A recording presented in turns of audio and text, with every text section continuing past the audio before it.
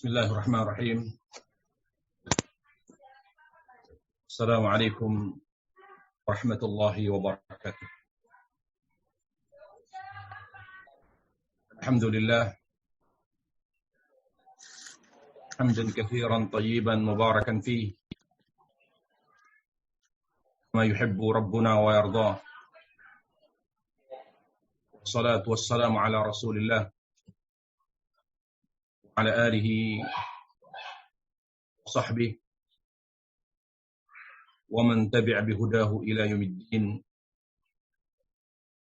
Amma ba'd.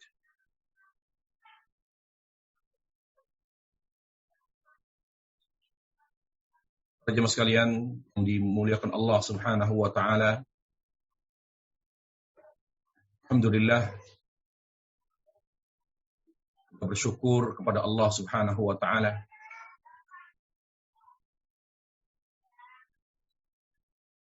seluruh nikmat dan karunia yang telah diberikan kepada kita, terutama nikmat dan karunia yang memudahkan kita untuk selalu mewujudkan tujuan hidup kita, yaitu beribadah kepada Allah Subhanahu wa taala.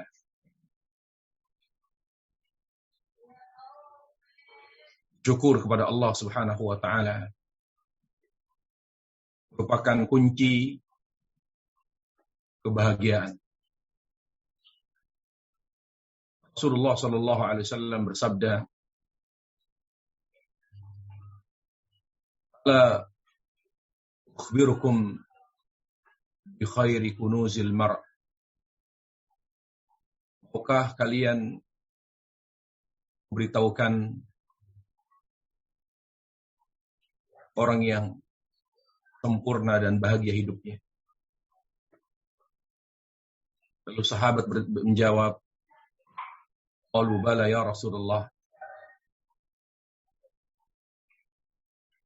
Kami mau tahu ya Rasulullah. Siapa orang yang paling lengkap, sempurna dan bahagia hidupnya?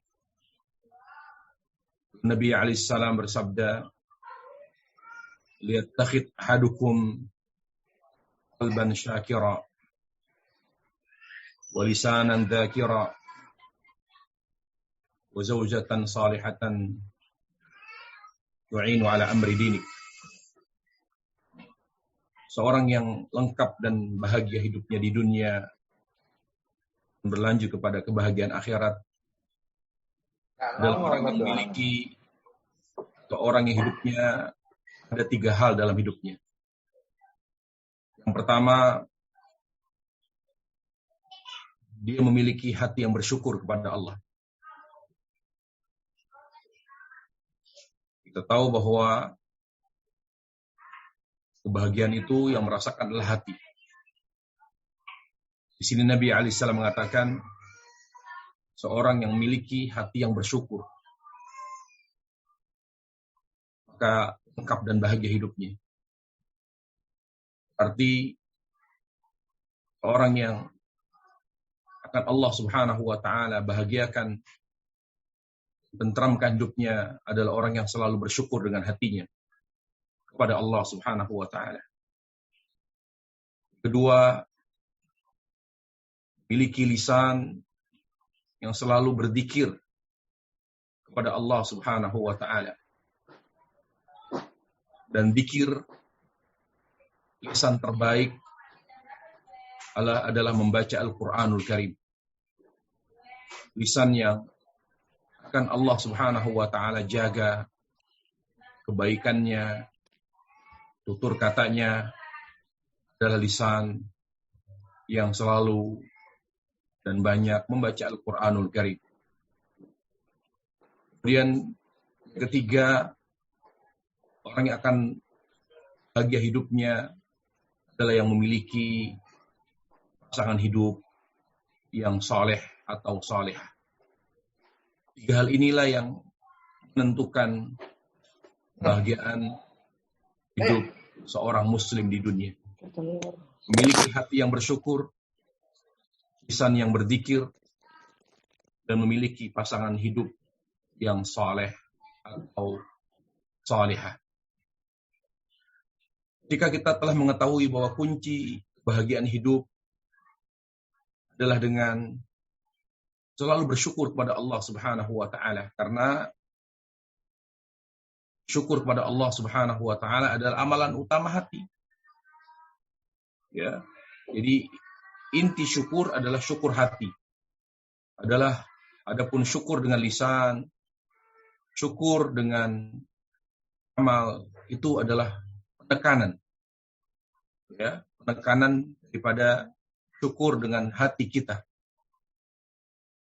Nah, yang perlu kita ketahui adalah bagaimana cara bersyukur kepada Allah dengan benar. Karena syukur itu ibadah kepada Allah Jalla wa'ala. Karenanya, ketika kita bersyukur kepada Allah Subhanahu wa ta'ala, maka harus bersyukur dengan cara yang sesuai dengan tuntunan Rasulullah Sallallahu Alaihi Wasallam.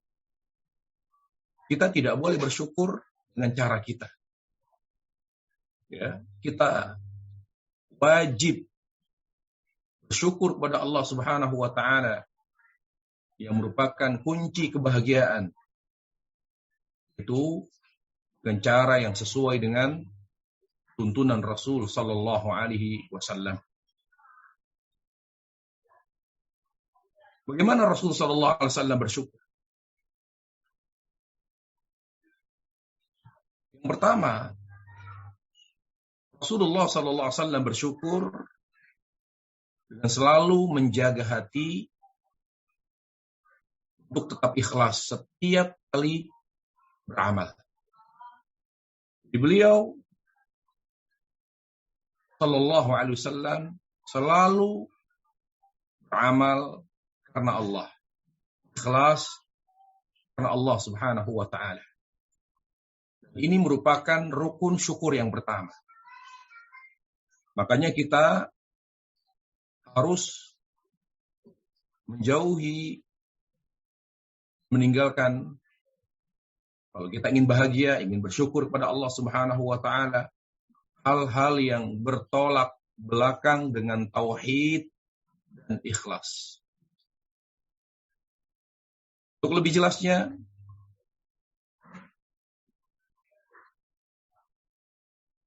Imam Ibnu Qayyim rahimahullah menyebutkan ada 5 virus ikhlas. 5 hal tersebut adalah menghancur ikhlas. Sampai pada hati seorang sama sekali tidak ada ikhlasan, sehingga ketika dia beramal selalu bukan karena Allah, bukan karena mengharapkan balasan di akhirat, tapi semuanya adalah karena ingin mendapatkan manfaat dunia. Yang pertama, virus penghancur ikhlas adalah sombong. Bagaimana Allah Tabaraka wa Ta'ala menjauhkan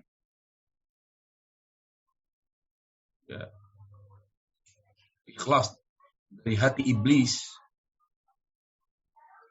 Sulitnya dia untuk ikhlas. Dan kisah yang Allah Subhanahu wa Ta'ala abadikan di Al-Quran. Begitu sulitnya dia untuk ikhlas. Karena Allah sebutkan alasannya. Aba wastakbar. Karena dia adalah makhluk yang angkuh lagi sombong. Yang kedua adalah ujub, bangga diri. Bagaimana sulitnya Qarun untuk mengikuti ajaran Musa alaihissalam. Sulit untuk ikhlas kembali kepada Allah Azza wa Jalla. Karena dia bangga diri sebagai seorang yang kaya raya. Dia berkata tentang dirinya, membanggakan dirinya, innama utituhu ala ilmin indi. Saya sukses adalah karena jerih payah saya dan karena kemampuan saya untuk membuat diri saya menjadi sukses. Yang ketiga adalah riya. Suka memperlihatkan amal kepada orang lain. Pernahkah para jemaah sekalian mendengar hadis Nabi SAW dalam Sahih Bukhari? Di mana kata Nabi alaihissalam, ada orang yang baik banget kelihatannya. Dia rajin salat, rajin puasa, baik sama orang, akhlaknya baik, tutur katanya baik. Tapi di akhir hayatnya dia wafat dalam keadaan su'ul khatimah. Sebaliknya ada orang yang hidupnya penuh dengan maksiat. Jauh dari ketaatan. Jauh dari ibadah kepada Allah Tabaraka wa Ta'ala. Namun di akhir hayatnya justru berubah 180 derajat. Akhirnya dia wafat dalam keadaan husnul khatimah. Kita ingin garis bawahi adalah pernyataan Nabi Sallallahu Alaihi Wasallam, ada orang yang baik di mata orang tuh baik banget, ibadahnya baik, akhlaknya baik, tapi wafatnya justru su'ul khatimah. Itu para sahabat mencari tahu kenapa kok orang ini baik, mata orang, semua orang menilai dia baik, tidak ada cacat, tidak ada keburukannya. Tapi kenapa kok wafatnya su'ul khatimah? Nabi alaihissalam, fa innahu ya'malu a'mali ahli jannati fima yabdu linnas. Nah, orang ini salat, bertutur kata baik, ya, bersedekah, intinya beramal-amal kebaikan. Tapi yang dilihat oleh manusia itu baik, tetapi dia beramal bukan karena Allah. Allahu Akbar. Seorang yang berbuat baik, tapi karena ingin dilihat oleh orang, bukan karena Allah, berujung kepada su'ul khatimah. Inilah yang membuat kita harus belajar, membuat kita harus selalu berintrospeksi diri, bahwa kita masih jauh dari ikhlas. Dan kita jangan meremehkan amalan sekecil apapun yang kita lakukan karena Allah Subhanahu wa Ta'ala. Kemudian virus ikhlas yang keempat adalah suka menceritakan kebaikan kepada orang lain. Kata Nabi alaihissalam, man samma'ah Allah. Barang siapa yang suka menceritakan kebaikan. Saya kemarin nyantuin anak yatim 1.000 orang loh. Kemarin saya puasa loh, Senin Kemis, alhamdulillah khusyuk banget, mat banget puasanya. Kemarin, kapan ya? Minggu lalu itu tahajud terindah sepanjang hidup saya. Nikmatnya, bahkan saya menangis. Saya berdoa di hadapan Allah, saya menangis bahkan. Enak banget tahajudnya. Sadarkah? Jika kita menceritakan itu, kita sedang melakukan sum'ah. Menceritakan kebaikan para orang lain, apa kata Nabi alaihissalam? Man samma'ahu Allah. Nah, siapa yang suka menceritakan kebaikan kepada orang lain, nanti di hari kiamat, silakan minta pahala kepada orang yang kamu ceritakan. Jangan pernah kalian meminta pahala. Ada aku, kata Allah Subhanahu wa Ta'ala. Bahaya para jemaah. Jadi, ini 4 terus ikhlas. Yang kedua, yang kelima adalah terkenal. Terkenal. Terkenal di sini maknanya adalah terkenal karena dunianya. Terkenal sebagai seorang public figure. Terkenal sebagai seorang yang kaya. Terkenal sebagai seorang pejabat. Ketika seorang terkenal, ya, dengan hal yang bersifat duniawi akan membuatnya semakin sulit ikhlas. Berbeda ketika seorang terkenal dengan amalnya, dengan kebaikannya, dengan kesolehannya. Dan itu memang tidak direncanakan. Ya, orang terkenal dengan kebaikannya, kebaikan akhlaknya. Ini bukan sesuatu yang mengancam ikhlas. Yang terakhir, yang keenam, virus ikhlas. Virus ikhlas ini adalah virus yang paling berbahaya. Apa itu? Suka dipuji. Virus ikhlas yang paling mematikan dan yang paling menghancurkan ikhlas itu sendiri adalah suka dipuji. Kalau kita bicara tentang dalil, kalau kita bicara tentang hadis-hadis Rasulullah SAW sangat banyak. Antaranya adalah pernyataan Rasulullah SAW ketika mendapati ada seorang memuji saudaranya. Apa kata Nabi SAW? Laqad qata'ta unuqa sahibik. Kamu telah menggorok leher saudaramu sendiri. Artinya menghancurkan kebahagiaan dunia akhirat. Karena ketika seorang sering dipuji, maka dia akan lebih banyak melihat kebaikan dan kelebihannya.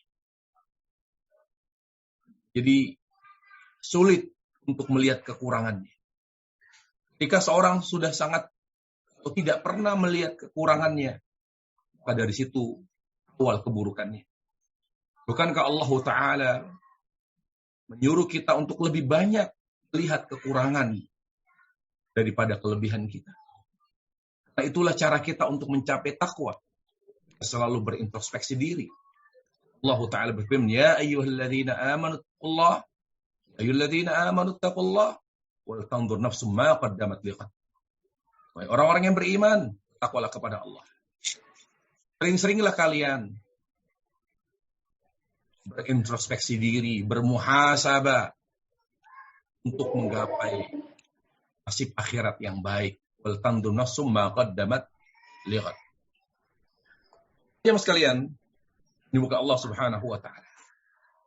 Kemudian rukun syukur yang kedua adalah mengikuti tuntunan Rasul sallallahu alaihi wasallam.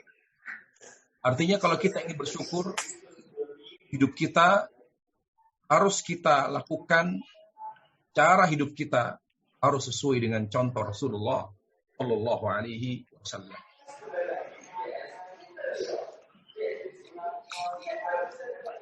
Para jemaah sekalian, dimuliakan Allah Subhanahu wa taala.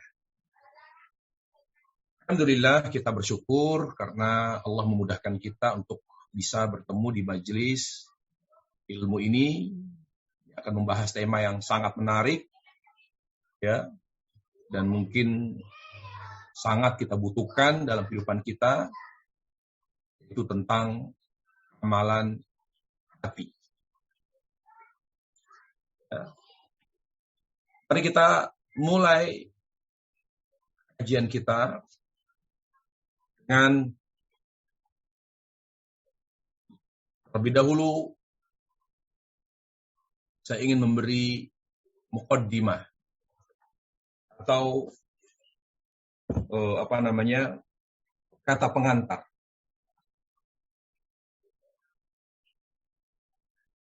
Pertama,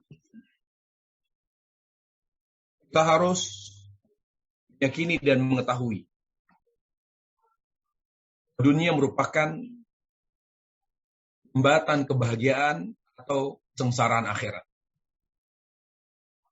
Dunia yang kita tempati ini sekarang ini merupakan jembatan kebahagiaan atau kesengsaraan akhirat. Dalilnya adalah firman Allah Subhanahu wa taala. Allah Ta'ala dalam surat Al-Qasas ayat 77 berfirman, A'udzu billahi minasyaitonir rajim, "Fima ataakallahu daral akhirah, wa la tansa nasibaka minad dunya." Wa ahsin kama ahsanallahu ilaik. La tabghil fasada fil ardh. Innallaha la yuhibbul mufsidin. Carilah bekal akhirat melalui karunia yang Allah berikan kepadamu. Jangan lupakan bagianmu di dunia. Berbuat baiklah seperti Allah berbuat baik kepadamu. Janganlah kamu melakukan kerusakan di muka bumi. Punya Allah tidak menyukai orang-orang yang melakukan kerusakan. Ayat itu jelas sekali Allah mengatakan wabtaghi fima ataakallahu daral akhirah. Carilah bekal akhirat melalui karunia yang Allah berikan kepadamu di dunia. Ayat ini kata ulama, ayat ini Allah Subhanahu wa taala mengajarkan kita akan sebuah keyakinan bahwa kita sebagai seorang muslim, sebagai seorang mukmin beriman kepada Allah Subhanahu wa taala harus meyakini bahwa dunia merupakan jembatan akhirat. Apakah jembatan kebahagiaan atau kesengsaraan akhirat? Nah, setelah itu kita harus mengetahui apa yang dimaksud dengan jembatan akhirat. Apakah itu jembatan kebahagiaan atau jembatan kesengsaraan? Mari kita fokus kepada jembatan kebahagiaan. Jadi kita semua ingin bahagia di akhirat. Ya, maka ketika kita ingin menjadikan dunia kita jadi jembatan akhirat, mana Allah Subhanahu wa taala memberi indikasi berhasilan kita yang telah menjadikan dunia sebagai jembatan kebahagiaan akhirat adalah dengan mewafatkan kita dalam keadaan husnul khatimah. Caranya para jemaah agar kita dibimbing oleh Allah,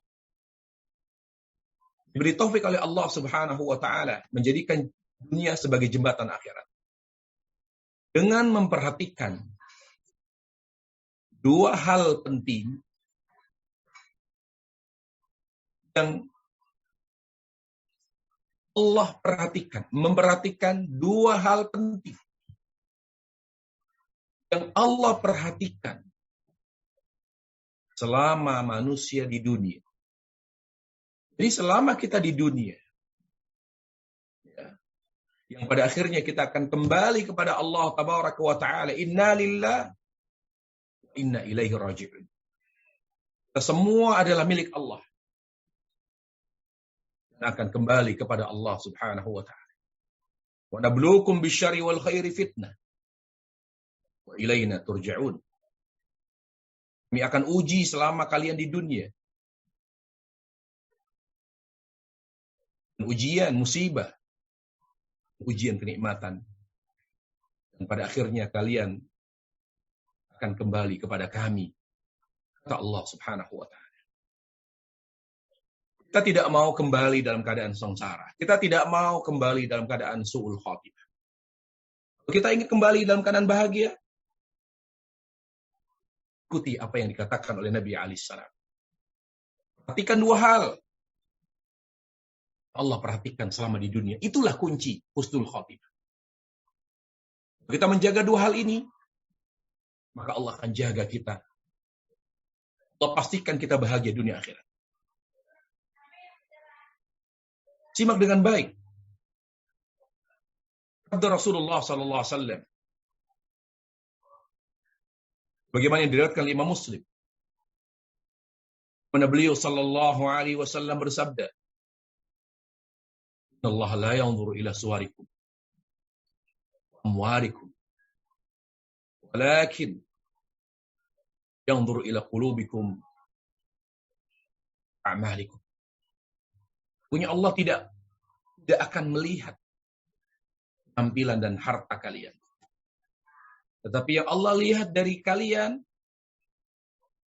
adalah hati dan amal kalian. Perhatikan sabda Rasulullah SAW, tetapi yang Allah lihat hanya hati dan amal kalian. Seorang ulama yang bernama Imam Munawi rahimahullah berkata, dimaksud dengan hati. Apa maksudnya Allah melihat hati kalian? Allah hanya melihat hati kalian. Yaitu, kata beliau, ilmu yang ada di dalam hati merupakan objek perhatian Allah Subhanahu wa ta'ala. Jadi, cara memperhatikan. Jadi, ada dua hal yang harus kita perhatikan, yang harus kita jaga ketika kita ingin menjadikan dunia sebagai jembatan kebahagiaan akhirat. Yang pertama adalah hati. Yang kedua adalah amal. Apa yang dimaksud dengan hati? Yang dimaksud dengan hati adalah ilmu agama. Di mana kita tidak boleh membiarkan hati kita ini, kalbu kita hampa dari ilmu agama. Apa yang dimaksud dengan ilmu agama? Apakah ilmu agama adalah ilmu tentang fikih, ilmu tentang khilaf, perbedaan pendapat ulama yang begitu panjang dan membingungkan? Apakah yang dimaksud dengan ilmu agama adalah ilmu tentang waris, dengan semua permasalahan-permasalahannya? Apakah ilmu tentang usul fikih, ilmu tentang kaidah fikih, ilmu tentang hadis, tentang periwayatan hadis secara sanad dan matan? Apakah ilmu-ilmu yang rumit itu? Kita sebagai orang awam sulit untuk bisa mempelajari dan memahami ilmu-ilmu tersebut. Mari kita dengarkan para jemaah. Jelasan para ulama yang maksud dengan ilmu. Gimana kita memperhatikan dan menjaga hati kita selama di dunia agar kita menggapai husnul khatimah. Ilmu agama yang dimaksud yang dapat menghidupkan hati, yang dapat menjernihkan hati adalah ilmu agama yang membuat manusia semakin mengenal dan mencintai Allah serta beramal sebagai bentuk cintanya kepada Allah Subhanahu wa ta'ala. Pernahkah Anda mendengar firman Allah Subhanahu wa ta'ala berbunyi dalam surat Muhammad ayat 19. Katakan, hambaku, selama kalian di dunia,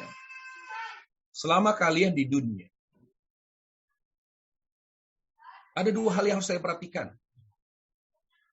Ada dua hal yang harus kalian perhatikan.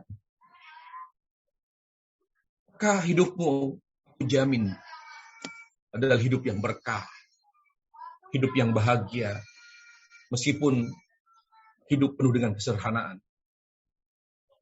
Dan ketika kamu kembali kepadaku, maka kamu dalam keadaan kembali dengan penuh kebahagiaan. Allah Ta'ala berfirman, fa'lam annahu la ilaha illallah wastaghfir li dzambik. Ketahuilah bahwasannya tidak ada ilah yang berhak diibadahi kecuali Allah. Jadi kan, di kalimat pertama, Allah katakan, fa'lam annahu la ilaha illallah. Ketahuilah, kenalilah aku, kata Allah. Siapa engkau ya Allah? Aku ini ilah. Aku ini ilah yang berhak. Satu-satunya ilah yang berhak untuk diibadahi. Berarti Allah Jalla wa'ala mengharuskan kita semua menjaga hati kita dengan mengisi hati kita dengan ilmu agama. Itu ilmu agama yang membuat kita semakin mengenal Allah, Rabbul Alamin. Membuat kita semakin mencintai Allah. Banyak para ulama mengatakan, ada 3 manfaat belajar agama. Kalau tidak sesuai dengan 3 hal ini, berarti apa yang kita pelajari itu sia-sia. Bukan termasuk ilmu yang bermanfaat. Yang Nabi minta kepada Allah Subhanahu wa ta'ala, Allahumma inni as'aluka ilman nafi'a. Allah, aku memohon kepadamu ilmu yang bermanfaat. Apa 3 tujuan kita menuntut ilmu agama? Yang pertama, ilmu agama yang kita pelajari harus membuat kita lebih mencintai Allah daripada orang-orang yang kita sayangi.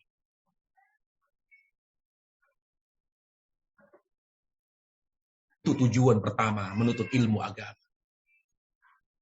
Kita harus belajar agama. Jangan biarkan diri kita bodoh. Makanya surat yang pertama Allah turunkan kepada Rasulullah SAW, surat Iqra, supaya kita membaca sebagai salah satu media untuk belajar, agar kita tidak menjadi orang yang bodoh. Allah katakan, hal yastawil ladzina ya'lamun hal yastawil ladzina ya'lamun hal yastawil ladzina ya'lamun wal ladzina la ya'lamun. Apakah sama kedudukan orang yang berilmu, orang yang mengenalku, banding orang yang tidak mengenalku, kata Allah? Apakah sama kedudukannya di sisiku, orang yang mengenalku dan orang yang tidak mengenalku? Ini pertanyaan yang tidak butuh jawaban. Artinya Allah ingin menekankan betapa mulianya orang-orang yang mengenal Allah dengan ilmu agama. Tujuan utama kita belajar agama, agar kita lebih mencintai Allah daripada anak kita. Mari kita lihat surat Taubah. Di mana Allah Subhanahu wa ta'ala mengancam kita. Apabila kita lebih mencintai anak kita, orang tua kita, keluarga kita, bisnis kita, Allah ancam kita akan kehilangan kebahagiaan. Kehilangan keberkahan dan kebahagiaan dunia akhirat. Dia surat Taubah ayat 24.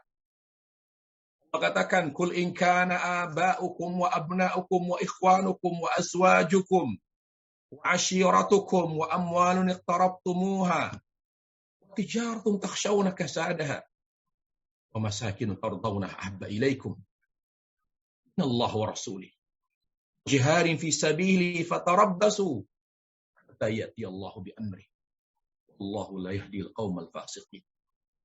Katakan, sampaikan kepada umatmu ya Muhammad, jika orang tuamu, anakmu, saudaramu, pendamping hidupmu, seluruh kerabat, hartamu, bisnismu, tempat tinggalmu lebih engkau cintai daripada Allah dan Rasul-Nya.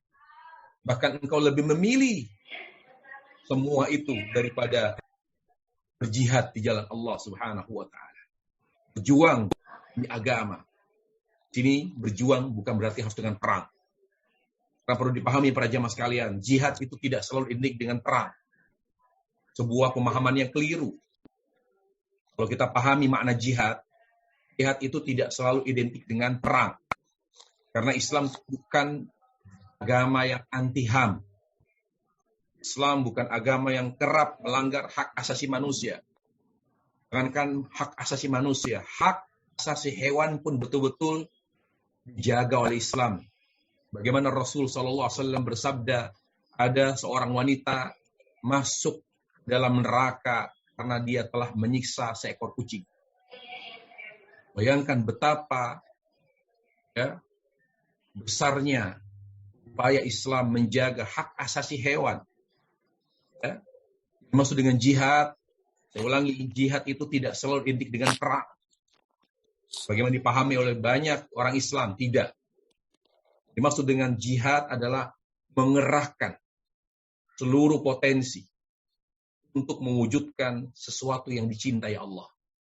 Ketika misalnya kita bangun malam untuk melakukan tahajud, berat, lawan ngantuk, berat meninggalkan tempat tidur demi melaksanakan sholat tahajud, ya, untuk menikmati munajat kepada Allah Subhanahu wa taala. Lalu kita lanjutkan dengan witir, lalu kita berdoa kepada Allah.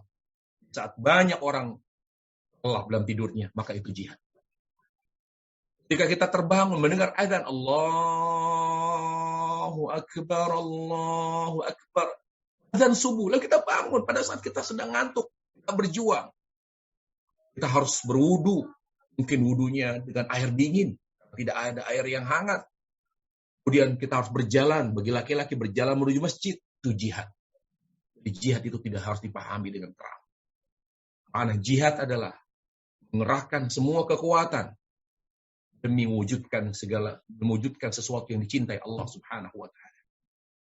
Makanya Allah katakan di sini, kalau kalian lebih cinta orang tua kalian, anak kalian, saudara kalian, pendamping hidup kalian, seluruh kerabat kalian, harta, bisnis kalian, tempat tinggal kalian daripada Allah Rasulnya, tunggu kata Allah.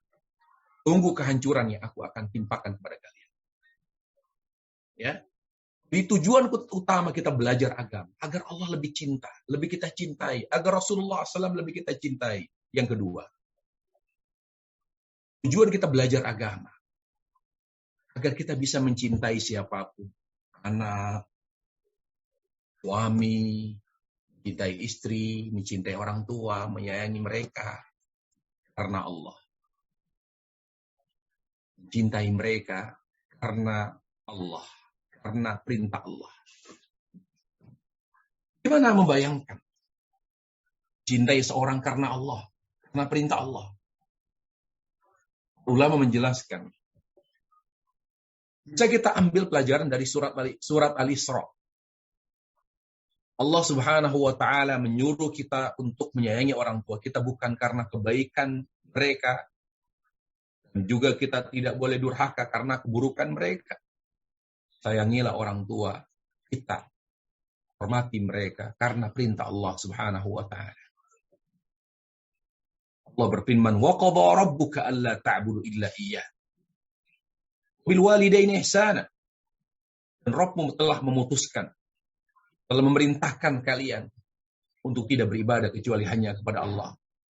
Dan Rabbmu memerintahkanmu. Ingat, di sini Allah katakan apa? Dan Rabbmu memerintahkanmu untuk berbakti kepada kedua orang tua. Jadi kita yang selama ini memuliakan, menghormati, menyayangi orang tua karena kebaikan mereka, karena jasa mereka, ini adalah sebuah kekeliruan. Karena kalau orang tua kita misalnya tidak pernah memberikan kebaikan kepada kita, menelantarkan kita, membuang kita, apakah kita tetap menghormati mereka? Apalagi orang tua yang kerap menyakiti anaknya, menyiksa anaknya. Apakah anak itu tidak lagi wajib berbakti pada orang tua? Tidak. Kewajiban berbakti kepada orang tua yang paling buruk tetap berlaku. Kenapa? Karena kita berbakti, mencintai, menyayangi mereka karena perintah Allah Subhanahu wa taala. Begitu juga kita terhadap anak. Adakah dalil? Cintai anakmu, sayangi anakmu yang patuh. Sama anak yang durhaka kamu gak usah sayang. Doakan aja keburukan. Supaya dia jadi orang yang Allah binasakan. Mana dalilnya seperti itu? Kita belajar agama supaya kita bisa menata hati. Jangan kita sayang sama yang patuh saja. Tapi kita gak begitu sayang, kurang sayang sama anak yang tidak patuh. Yang cenderung melawan. Bahkan dia durhaka. Ingat, kita ini menyayangi mereka bukan karena ketaatan mereka, bukan karena kebaikan anak kita. Kita menyayangi mereka karena perintah Allah. Mau dia baik, mau mereka patuh, tidak patuh, tetap jaga hati. Cintai mereka karena Allah. Itu tujuan kita belajar agama. Dan tidak akan mungkin bisa kita lakukan kecuali kita betul-betul mengenal Allah Subhanahu wa ta'ala. Ketiga, Tujuan kita belajar agama. Dengan cara seperti itu kita bisa menjaga hati. Adalah mencintai semua yang dicintai Allah. Dan membenci semua yang dibenci oleh Allah Subhanahu wa ta'ala. Saya, para jemaah sekalian, pernah ditanya seorang anak muda yang suka tato. Dia tanya, "Bro, gue ngerti kalau tato itu gambar cewek itu dilarang. Ya, mungkin termasuk ya porno lah ya. Atau gua gambar apalah yang nggak bagus gitu. Tapi gua mau tanya sama lu, bro. Kalau gua cuma gambar bunga, masa nggak boleh? Gua cuma gambar atau tulis nama pacar gua, masa nggak boleh? Kan itu kan seni. Sempit banget Islam. Masa apa-apa nggak boleh? Ini nggak boleh. Gimana bro jawabannya? Boleh nggak? Kalau gue cuma tulis nama pacar gue atau nama bini gue. Tulis nama bini gue loh. Misal namanya Yanti, gue tulis Yanti. Nggak boleh. Dan tubuh gue. Apa jawaban yang saya berikan? Bro, lo nggak usah lihat itu boleh atau tidak boleh. Yang lo tulis, yang lo tato, ya, lo tatoin tubuh lo, apakah itu gambar cewek, apakah itu apa yang bagus atau yang nggak bagus, yang normal atau nggak normal menurut lo? Sekarang gue tanya sama lo tahu nggak? Ya, kenapa tato itu nggak boleh? Kenapa bro? Tato itu dilarang karena Allah nggak suka. Karena Allah nggak suka tato. Gimana menurut lo? Para jemaah sekalian, anak muda itu diam. Saya tidak menjawab haram. Saya tidak menjawab tidak boleh. Saya tidak menjawab dilaknat. Padahal faktanya, kata Nabi alaihissalam, la'anallahu al-washima wal mustawshima. Allah laknat orang yang mentato dan yang meminta ditato. Tapi itu tidak pas kalau disampaikan kepada anak muda yang suka tato.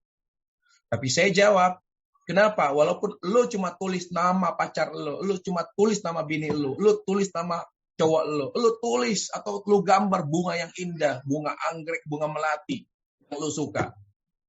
Lo tahu kenapa lo jangan melakukan itu? Kenapa? Karena Allah nggak suka. Dan Allah itu Rabb lo. Allah itu yang menciptakan lo, memberikan segalanya bagi lo, yang membuat lo sehat. Bagaimana? Lo ikuti atau tidak? Jadi masalahnya adalah kita ini melakukan sesuatu yang Allah cintai. Kita harus tinggalkan semua yang Allah benci. Itu tujuan kita belajar agama. Tahu nih mana yang Allah suka, mana yang Allah nggak suka. Semakin kita bodoh, maka kita akan semakin tidak mengerti apa-apa yang Allah sukai dan apa-apa yang Allah benci. Lihat kata Nabi alaihissalam. Sahabat bertanya, ya Rasulullah, saya ini merasa minim amal kebaikan saya. Lalu kata Nabi alaihissalam, lalu kamu kalau sudah meninggal, kalau kamu wafat, kamu bawa apa? Kalau kamu tidak punya amal kebaikan, gimana? Habis saya orangnya tidak begitu semangat beramal. Saya beda dengan yang lain. Mereka cepat, mereka semangat. Saya gimana? Saya cenderung malas. Lalu apa kata Nabi alaihissalam? Mada adat talaha. Kamu apa? Siapan apa yang kamu siapkan untuk menghadapi kematian, untuk kembali ke akhirat? Mungkin ya Rasulullah, saya hanya punya satu hal yang mungkin jarang diperhatikan oleh banyak orang. Apa itu? Persiapan kamu untuk kembali kepada Allah. Persiapan kamu untuk kembali ke akhirat. Kamu punya apa? Kalau kamu gak punya amal kebaikan yang banyak. Tapi saya perlu konfirmasi kepada engkau ya Rasulullah. Apakah satu hal yang saya miliki ini benar atau tidak yang akan menjadi bekal saya ketika saya kembali kepada Allah? Apa itu? Saya cinta Allah dan Rasulnya. Uhibbullah wa rasulah. Saya cinta Allah dan Rasulnya. Apa kata Nabi alaihissalam? Al-mar'u ma'a man hab. Orang nanti di akhirat akan bersama yang dia cintai. Kata Nabi alaihissalam. Ketika kita mencintai Allah, mungkin sholat kita tidak sebaik orang lain. Mungkin tahajud kita hampir jarang. Puasa sunnah kita jauh. Banyaklah keburukan kita daripada kebaikan. Tapi orang ini lihat. Ya Rasulullah, saya hanya punya satu. Saya punya cinta Allah dan Rasulnya. Apa kata Nabi Alaihissalam? Kamu akan bersama yang kamu cintai. Kalau kita cinta Allah, Allah akan menyelamatkan kita. Kalau kita cinta Rasulullah SAW, dan izin Allah, Allah akan mengizinkan Rasulullah untuk memberi syafaat kepada kita. Yang jadi masalah. Sudah kita minim amal saleh. Kita tidak punya hati yang lebih cinta kepada Allah. Lebih cinta kepada Rasulullah SAW. Apa yang mau kita cari dari hidup ini? Wallahi, kalau orang tidak punya hati yang lebih cinta Allah, orang itu lebih hina daripada binatang. Kata Nabi, kata Allah Subhanahu wa taala, "Ulaika kal an'am, hum adall." Manusia tidak memiliki hati yang cinta kepada Allah. Mereka itu lebih hina daripada binatang. Mereka seperti binatang, bahkan lebih hina daripada binatang.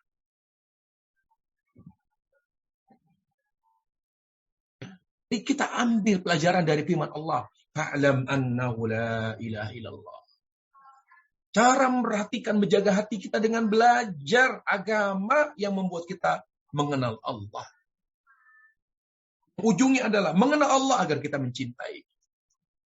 Agar kita mencintai siapapun dan apapun di dunia ini karena Allah. Agar kita mencintai semua yang dicintai Allah. Membenci semua yang dibenci oleh Allah Subhanahu wa ta'ala.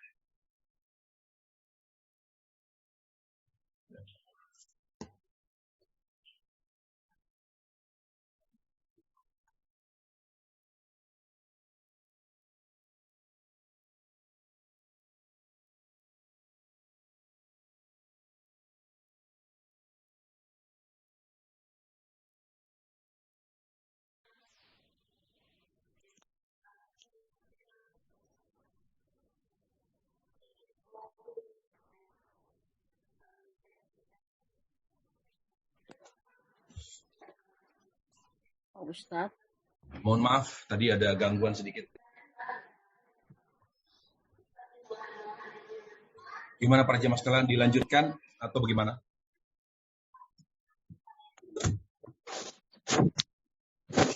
Akan dilanjutkan, Ustaz.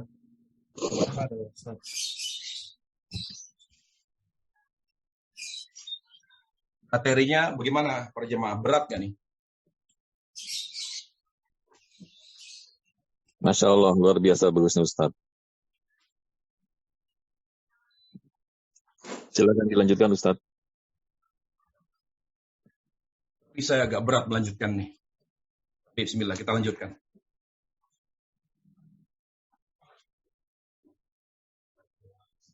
Baik. Yang kedua, kata Nabi, kata Allah Subhanahu wa taala, "Wastaghfir li dzanbik." Banyaklah mohon ampun atas dosamu. Apa yang dimaksud dengan banyaklah mohon ampun atas dosamu selama kita hidup? Kita harus banyak beristighfar kepada Allah. Dan menghadirkan sebab-sebab Allah mengampuni dosa-dosa kita. Kita harus yakini dan kita harus sadari bahwa kita ini lebih banyak dosanya, lebih banyak kesalahannya daripada kebaikan kita. Oleh karenanya kita harus penuhi hidup kita dengan menghapus dosa. Ulama menyebutkan yang dimaksud dengan wastaghfir li dzanbik, mohon ampunlah atas dosamu, ya, adalah dengan mengikuti Rasul sallallahu alaihi wasallam. Dan dengan kita mengikuti Rasul sallallahu alaihi wasallam, maka hidup kita diliputi oleh hal-hal yang dapat menghapus dosa. Apa saja menghapus dosa, ya, menghapus atau pembersih kotoran-kotoran dosa dari hati kita. Yang pertama, bisa dicatat para jamaah, menghapus dosa. Pertama, taubat. Taubat itu kata ulama adalah menghapus dosa besar. Yang kedua, istighfar. Istighfar ini adalah penghapus dosa kecil.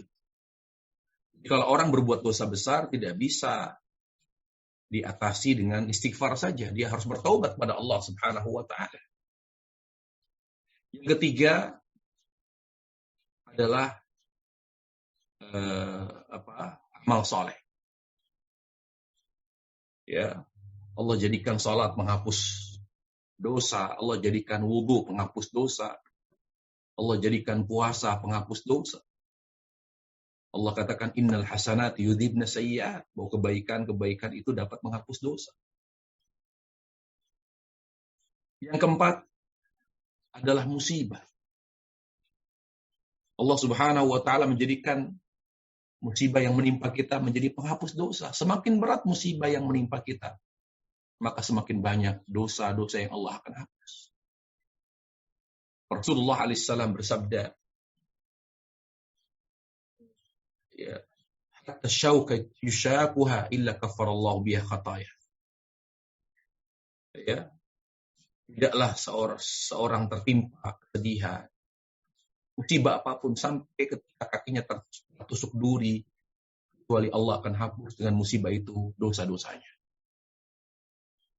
Jadi hidup kita harus diisi dengan dua. Dengan upaya untuk mengenal Allah dengan ilmu agama. Cara menjaga hati. Cara menjaga amal. Wastaghfir lidzanbi.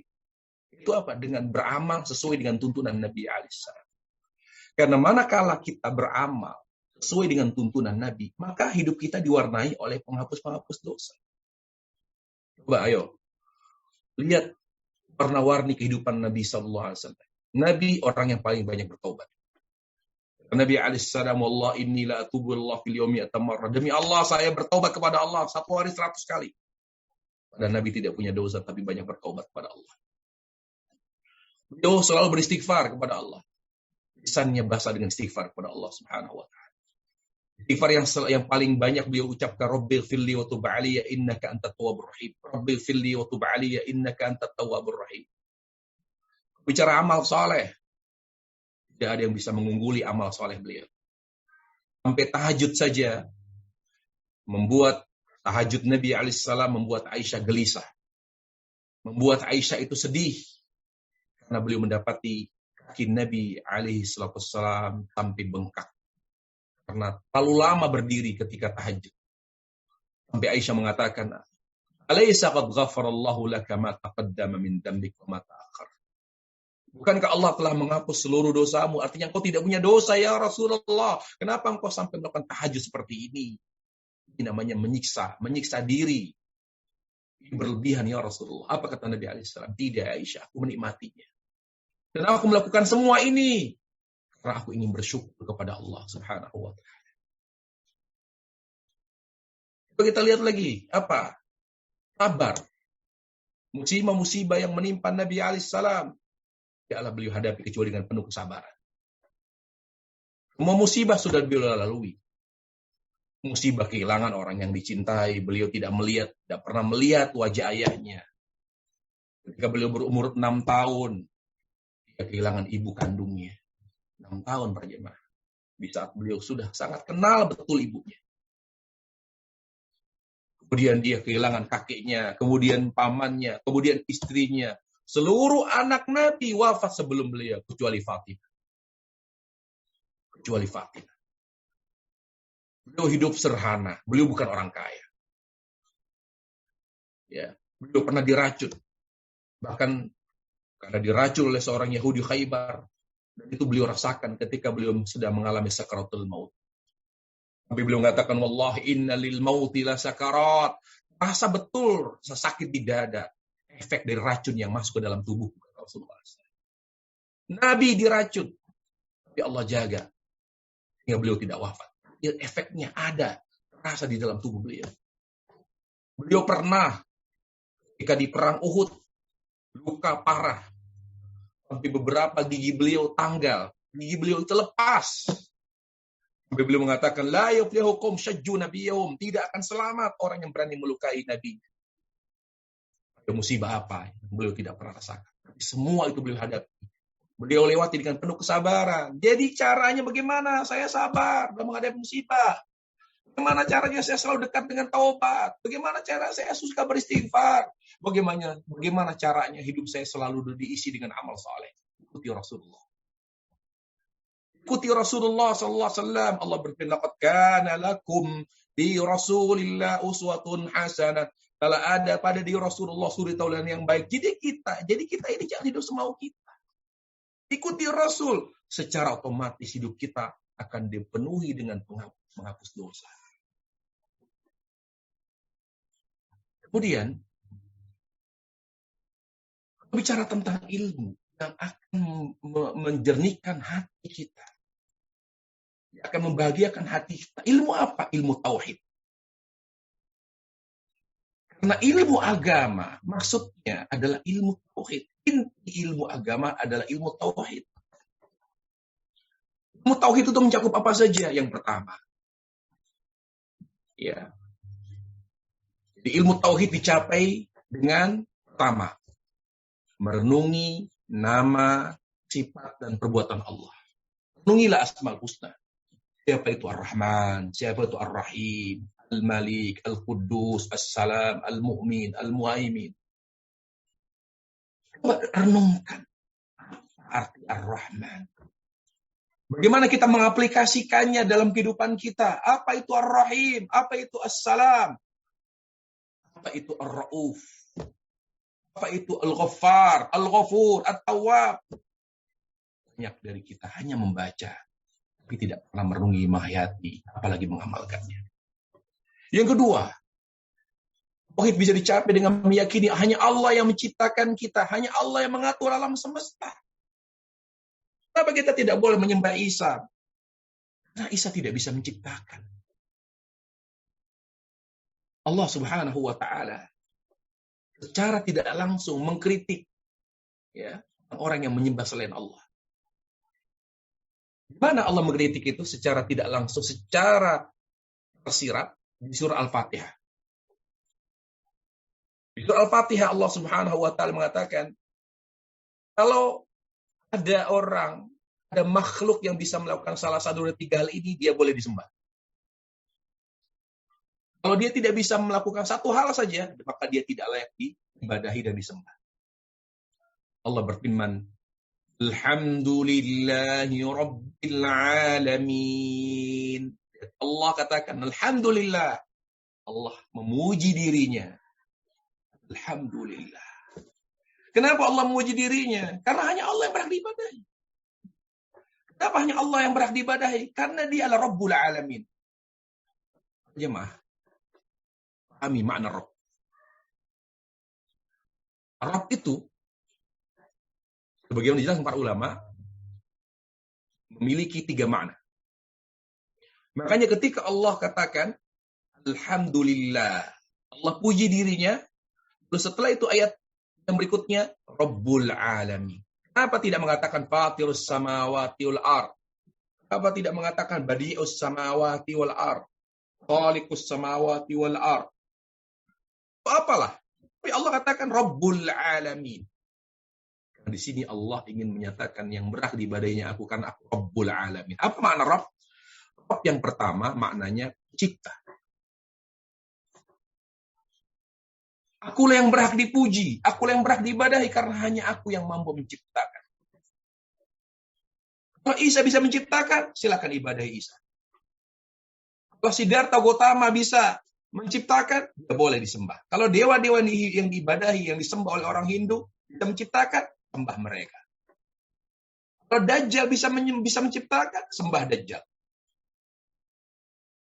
Hanya tidak ada satupun dari makhluk yang bisa menciptakan. Makna yang kedua, Rabbul Alamin, yang memberi rizki. Ternyata, selain Allah Subhanahu wa taala, justru yang diberi oleh Allah, bukan yang memberi. Malaikat diberi oleh Allah. Mereka saja diciptakan oleh Allah. Satu saja rahmat yang mereka rasakan itu dari Allah. Makhluk yang paling dimuliakan Allah, malaikat. Itu semuanya dari Allah, rahmat. Yang mereka keistimewaan, kemudian Allah berikan pada mereka. Itu dari Allah Subhanahu wa ta'ala. Mereka pada posisi menerima, bukan yang memberi. Mana Rabb yang ketiga? Yang mengatur alam semesta. Rabbul alamin, mudabbirus samawat. Mengatur alam ini. Allah itu tidak butuh malaikat Israfil, tidak butuh malaikat Mikail, tidak butuh malaikat Jibril. Tanpa mereka Allah bisa melakukan semua itu. Dengan hikmahnya Allah beri malaikat beberapa tugas khusus. Itu mana Rabb. Bagaimana kita juga bisa mencapai ilmu tauhid? Kita meyakini hanya Allah yang memberi nikmat. Nikmat hidayah, nikmat yang terlihat, nikmat yang tidak terlihat. Nikmat-nikmat yang membuat kita semakin bergantung dan tulus mencintai Allah Subhanahu wa ta'ala. Kemudian cara keempat mencapai tauhid adalah dengan melihat sejarah bagaimana Allah memuliakan, memberi kemenangan orang-orang yang mencintai Allah, orang-orang yang bertauhid kepada Allah. Bagaimana Allah azab dan Allah hancurkan orang-orang yang berbuat syirik kepada Allah. Cara kelima untuk mencapai tauhid adalah menyadari bahwa semua yang disembah selain Allah adalah cacat. Karena tadi mereka tidak bisa memberi manfaat. Mereka tidak bisa menghidupkan, mematikan. Mereka tidak memiliki apapun. Ma yamlikuna min qitmir, kata Allah. Ada satu makhluk yang punya hak memiliki. Satu makhluk yang punya sesuatu. Sebutkan, kata Allah. Faktanya kata ma yamlikuna min qitmir. Kalau kita lihat qitmir itu, kurma, itu ada bijinya itu ada kulitnya. Nah, itu kulit namanya qitmir. Kulitnya biji kurma saja, tidak ada seorang pun yang memilikinya. Itu milik Allah. Apa yang membuat manusia, makhluk disembah? Karena mereka tidak bisa memiliki. Kenapa diibadahi? Ini membuat renungan-renungan seperti ini, membuat kita mengakui hanya Allah yang berhak diibadahi. Ini ilmu tauhid. Karena untuk mencapai tauhid, untuk menjaga hati dengan ilmu tauhid, kita telaah semua, kita buka semua kitab suci yang sampai kepada kita, apakah itu Taurat, apakah itu Injil, yang masih terjaga ya, keasliannya. Semua kitab suci, esensinya adalah tauhid kepada Allah. Nggak ada Injil asli mengatakan sembah Isa. Nggak ada Taurat asli mengatakan sembah Uzair. Taurat asli mengatakan sembahlah Allah. Injil asli yang turun kepada Nabi Isa alaihissalam mengatakan sembah Allah semata. Buktinya mereka berkata kepada kaumnya, ya qaumi ibudullah ma lakum min ilahin ghairu. Wahai kaumku, sembahlah Allah semata. Karena sungguhnya tidak ada yang berhak diibadai kecuali Engkau. Cara mencapai tauhid yang ketujuh, untuk menguatkan, menjaga hati. Alam semesta yang sempurna dan kejiwaan manusia yang sangat luas membuktikan akan kesempurnaan dan keunikan ciptaannya. Keindahan alam ini. Kemudian ya, kita lihat tubuh kita. Bagaimana organ tubuh kita bekerja. Bagaimana darah mengalir. Ya. Subhanallah. Semua itu berjalan dengan perintah Allah Subhanahu wa ta'ala.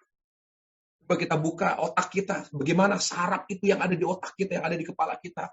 Betapa rumitnya para jemaah.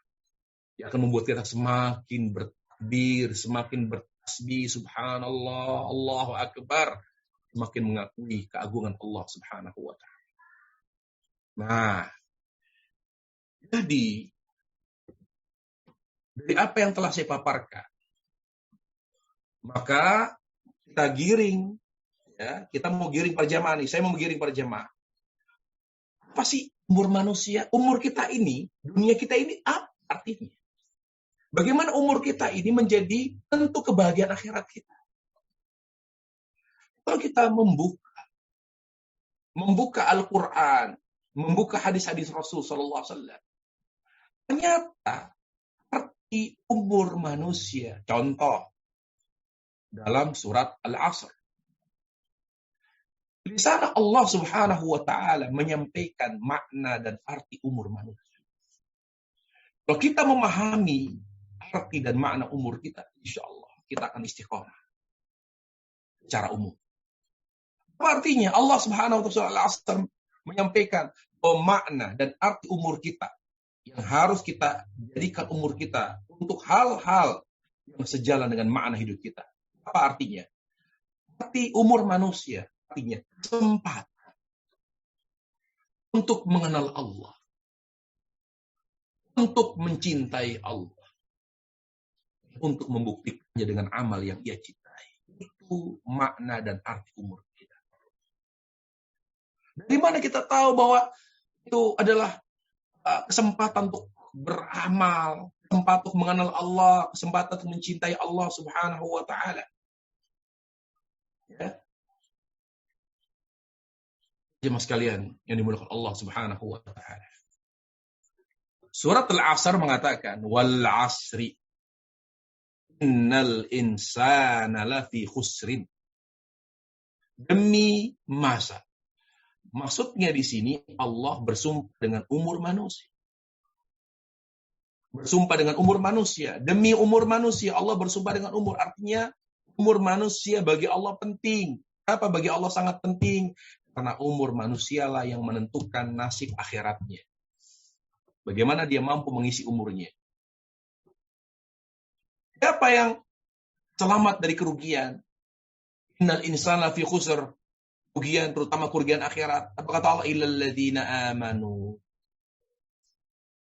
Amilus shalihat, kecuali orang yang beriman. Kata iman para jamaah. Kalau diiringi dengan kata amal, karena setelah kata iman disebut kata amal. Kecuali orang yang beriman dan yang beramal soleh. Berarti kata ulama, iman di sini artinya ilmu. Orang-orang yang kecuali orang-orang yang berilmu. Ilmu tentang apa? Ilmu tentang Allah. Jadi maksud orang yang akan selamat di dunia, terutama di akhirat, yang mengisi umurnya dengan ilmu agama yang membuatnya mengenal dan mencintai Allah. Lalu membuktikan cintanya kepada Allah. Dengan apa? Wa amilus shalihat. Dengan mengamalkan amalan yang dicintai oleh Allah Subhanahu wa taala. Mana lagi ayat yang menguatkan hal tersebut? Ya, lihat semua orang ya, yang telah berada di alam kubur. Semua orang yang telah berada di alam kubur itu minta dikembalikan kepada Allah. Minta dikembalikan kepada Allah, ya. Minta kepada Allah dikembalikan ke dunia. Lihat, ya.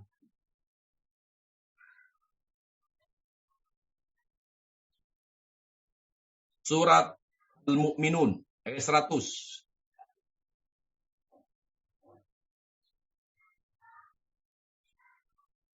Di mana mereka yang sudah berada di alam barzah, mereka yang sudah di akhirat berteriak-teriak meminta kepada Allah, "Ali ama qala rabbirji'un."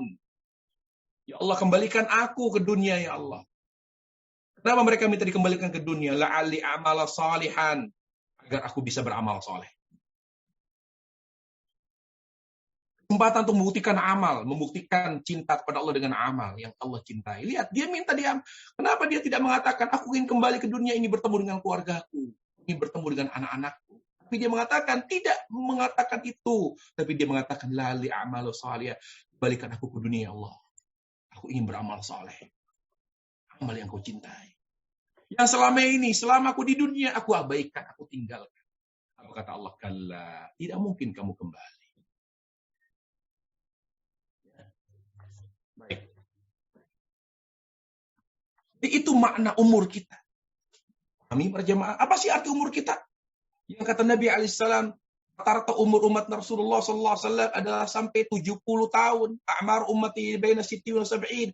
Jadi umur kita ini rata-rata 70 tahun. Wa qallu man yajuzu dzalik, sedikit dari mereka, dari umatku yang melampaui 70 tahun. Berarti kesempatan kita itu untuk beramal, untuk mencintai, untuk mengenal Allah ya hampir 70 tahun, kurang dari 70 tahun. Itulah yang menentukan nasib akhirat kita. Ya.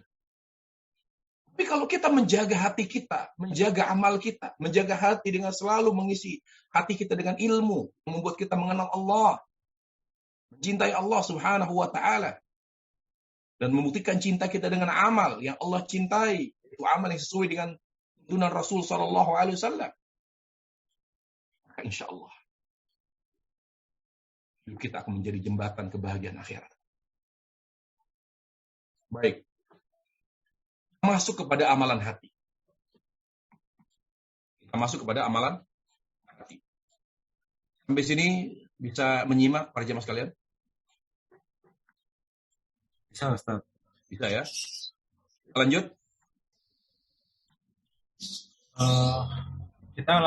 Kita insya Allah zuhur jam 11.52. Ya. Kita lanjut terus atau gimana, Ustaz? Baiknya. Sebaiknya lanjut sedikit. Saya mau gambarin amalan hati gitu. Jadi kita bicara hati tadi itu. Kita harus jaga hati agar menggapai kebahagiaan akhirat. Nah, sekarang hati itu yang dalam hati itu apa isinya? Amalannya apa saja? Mana yang amal hati utama, mana amalan hati yang merupakan amalan pendukung? Baik. Siapa dulu, Ustaz? Gitu ya. Lanjut, silakan lanjutkan. Begitu. Baik. Nah, sekarang kita bahas hati. Hal pertama yang harus kita perhatikan dan harus kita jaga betul agar kita tetap bahagia dunia akhirat. Dan yang menentukan kebahagiaan kita di dunia, lebih di akhirat adalah hati kita. Kalau hati bahagia, maka hidup pasti bahagia. Karena yang merasakan kebahagiaan itu hati. Nah, sekarang ya kita bahas tentang amalan hati. Tentang hati dan amalannya. Makanya kita jangan dulu bahas amalan lisan.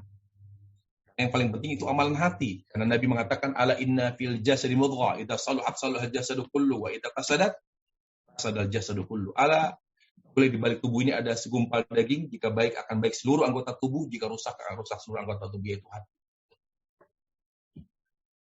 Nah, jadi kita harus bisa memanage hati kita.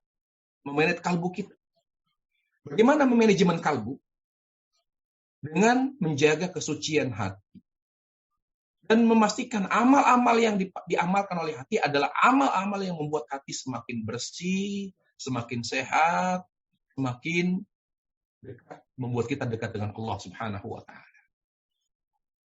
Baik. Jemaah sekalian. Jika kita bicara hati, Allah Subhanahu wa ta'ala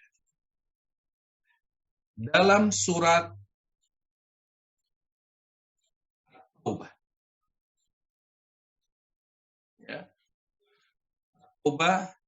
Surat Al-Baqarah. Dalam surat Al-Baqarah 165. Di sana Allah Tabaraka wa Ta'ala menjelaskan bahwa fungsi hati itu hanya satu. Apa itu fungsi hati hanya satu? Disitulah letak ibadah kita. Ketika kita bisa memfungsikan hati kita, ya, menjalankan hati, memfungsikan hati kita dengan baik, maka di situ ada ibadah. Tapi ketika kita tidak memfungsikan hati kita dengan baik, maka di sana ya ada kesyirikan. Di sana ada maksiat. Jadi kuncinya itu hati. Ya. Apa fungsi hati? Fungsi hati. Satu-satunya fungsi hati. Allah sebutkan surah Al-Baqarah 165. Allah katakan, wa minan nasi may yattakhidhu min dunillahi andada yuhibbunahum kahubbillah walladzina amanu asyaddu hubban lillah. Antara manusia ada yang menjadikan selain Allah sebagai sekutu. Di mana mereka mencintai sekutu-sekutu Allah tersebut seperti mencintai Allah. Walladzina amanu asyaddu hubban lillah. Dan orang-orang yang beriman itu lebih mencintai Allah. Ayat ini, firman Allah ini berbicara dalam konteks ayat ini berbicara dalam konteks menjelaskan fungsi hati dan makna ibadah.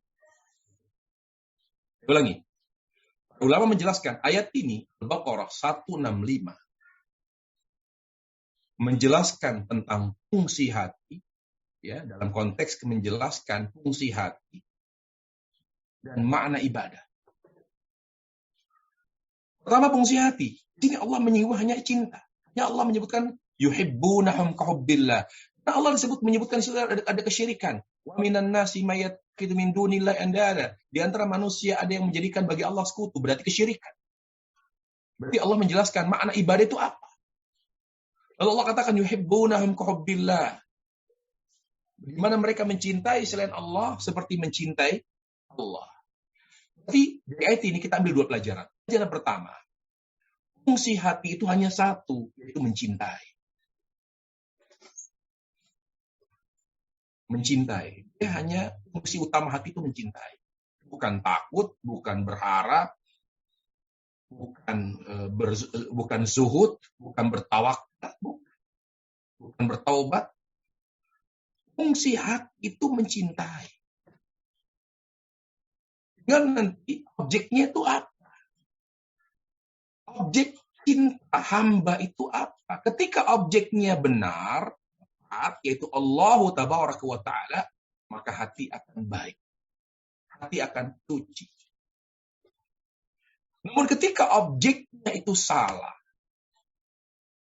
yaitu dunia, ya, dunia,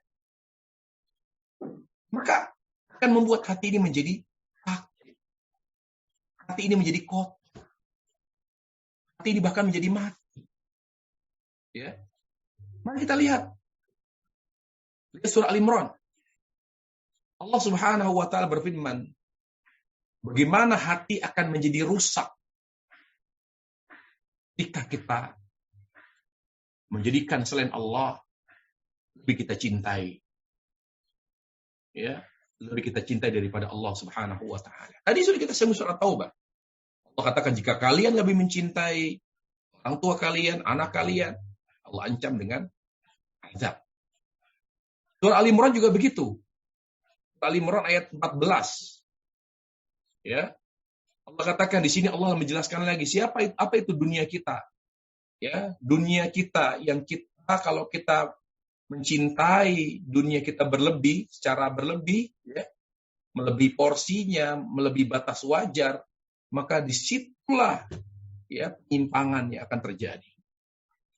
Allah katakan zuina lin-nasi hubbus syahwati minan nisa wal banin wal qanatiril muqantarati minadh dhahabi wal fiddah wal khailil musawwamati wal an'ami wal harth dzalika mata'ul hayatid dunya wallahu 'indahu husnul ma'ab. Ditanamkan pada diri manusia cinta kepada wanita, cinta kepada anak, cinta kepada harta. Sini Allah menyebutkan bahwa dunia kita yang paling merusak iman kalau kita tidak mampu menjaga hati dengan baik. Kalau kita tidak mampu mencintainya dengan cinta yang benar, maka disitulah ada kehancuran. Ya, apa itu dunia kita? Dunia kita ya anak kita, istri kita, dan harta kita. Allah menyebutkannya 3 di sini. Ketika kita laki-laki tidak memiliki istri yang soleha, berat bagi kita untuk menjadi laki-laki yang soleh. Terus dekat dengan Allah, makanya betapa berat orang Nabi Lut alaihissalam yang memiliki istri yang mengkhianati suami. Berat sekali para jemaah. Demikian pula betapa beratnya Asia binti Muzahim yang punya suami seorang Firaun yang mengaku sebagai Tuhan. Ketika kita memiliki pasangan hidup yang tidak saleh, maka kita semakin berat. Proses ibadah kita kepada Allah itu berjalan tati-tati kita, berat istiqomah. Makanya Nabi mengatakan orang yang sempurna hidupnya, dia punya pasangan hidup yang saleh, yang salihah, yang selalu memudahkan dia untuk selalu dekat dengan Allah.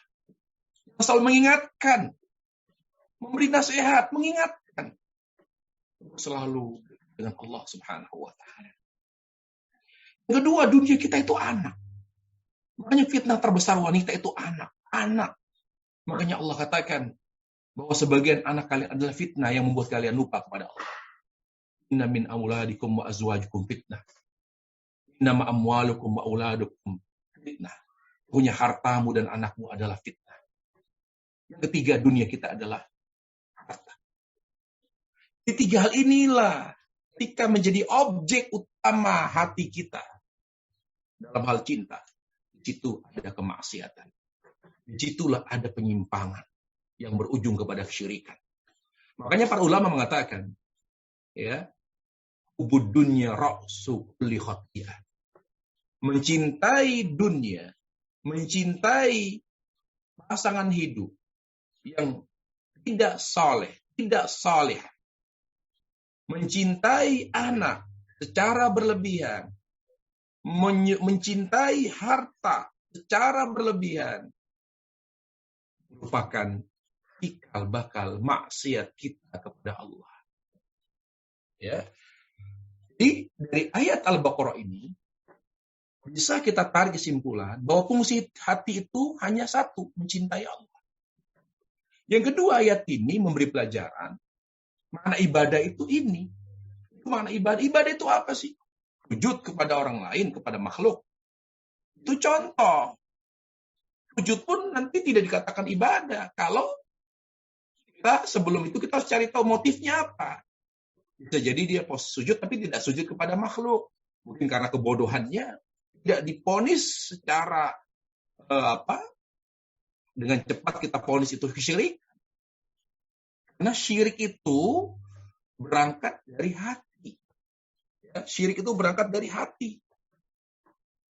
Berangkat dari hati dan terkait dengan hal khusus bagi Allah Subhanahu wa taala. Hal khusus bagi Allah. Jadi perhatikan, syirik itu terkait dengan hati. Makanya misalnya bersumpah dengan selain nama Allah. Apakah syirik? Syirik. Tapi syirik kecil. Kenapa dinamakan syirik? Karena Rasul mengatakan syirik. Man halafa bi ghairillah faqad asyrak. Barang siapa yang bersumpah dengan selain nama Allah, maka dia telah berbuat syirik. Karena Nabi menamakan syirik. Tapi syiriknya apa? Syirik kecil. Syirik kecil, ya, karena dia bersumpah. Ya, tidak dengan hati, artinya dia mengagungkan sesuatu selain Allah yang dia agungkan, melebihi pengagungannya kepada Allah. Misalnya, dia bersumpah dengan demi mati saya. Ya, ingin meyakinkan lawan bicaranya. Tapi dia tidak sedang mengagungkan kematian, tidak sedang mengagungkan makhluk, melebihi pengagungannya pada Allah. Makanya dikategorikan sebagai syirik kecil. Tapi ketika misalnya dia mengatakan demi Rasulullah, nah dia lebih mengagungkan Rasul daripada Allah, maka jatuhnya syirik besar. Walaupun hanya dengan sumpah. Ini kasus. Makanya perlu mengatakan untuk memahami syirik dari dua sisi. Yang pertama dari sisi hati. Kalau hati ada pengagungan terhadap sesuatu yang dia jadikan sebagai sumpah, alat bersumpah, media untuk bersumpah, maka itu syirik besar. Yang kedua, aku sebagai Allah. Kalau dia bukan aku sebagai Allah, bukan termasuk syirik. Bukan termasuk syirik. Ya, misalnya menisbatkan kemampuan. Manusia, kalau kita meyakini Allah punya kemampuan, manusia punya kemampuan, bukan berarti syirik. Karena Allah tidak pernah menyatakan kemampuan itu sebagai Allah. Hanya kemampuan Allah sempurna, kemampuan manusia terbatas. Jadi kita harus memahami syirik seperti itu. Nah, jadi apa itu ibadah? Merupakan tujuan hidup kita di dunia. Ibadah itu, perhatikan, al-ibadatu ghayatul dhul ma'a ghayatul mahabbah. Ibadah itu adalah cinta yang menghinakan. Cinta yang menghinakan. Kenapa dikatakan menghinakan? Karena cinta kita kepada orang tua bukan syirik. Bukan ibadah. Cinta kita kepada anak bukan ibadah. Selama tidak menghinakan. Artinya mentaati, menuruti semua keinginannya dalam hal maksiat. Ya, kira-kira seperti itu. Jadi, itu fungsi cinta. Yaitu mencintai, tinggal objeknya apa. Kalau tepat, maka hati akan baik. Kalau salah, maka hati akan menjadi rusak. Allahu Ta'ala a'lam.